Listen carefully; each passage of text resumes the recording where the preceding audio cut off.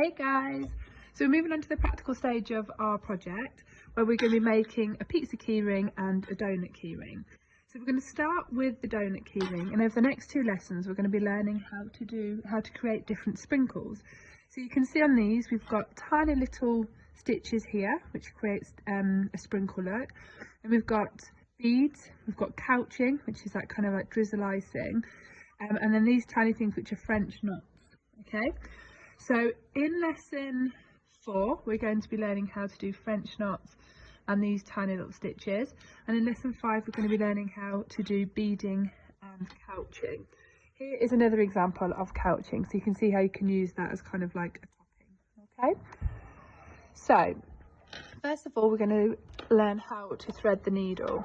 You've been given by your teacher a piece of fabric. Now what you will do on that fabric is you will do your stitches in each section. Okay, so you'll do French knots, beads, couching and your seam stitch, and when you're done you will either just place it on here and stick it in, or you'll cut them out and put them onto each one. Okay, so you can see this is where you're going to present your work after.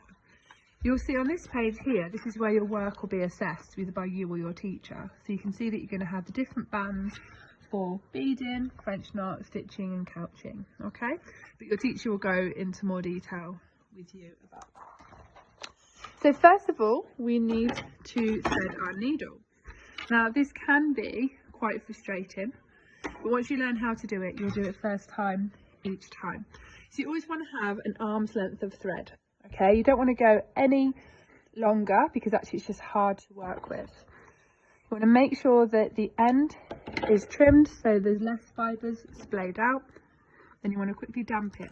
Okay, grab your needle and then place your, just checking that you guys can see, place your thread between your thumb and your finger like that, and then you can barely see it. So I see so many people trying to do this, but you want it really close to your finger and your thumb, and then place it on, and generally it will go on first time.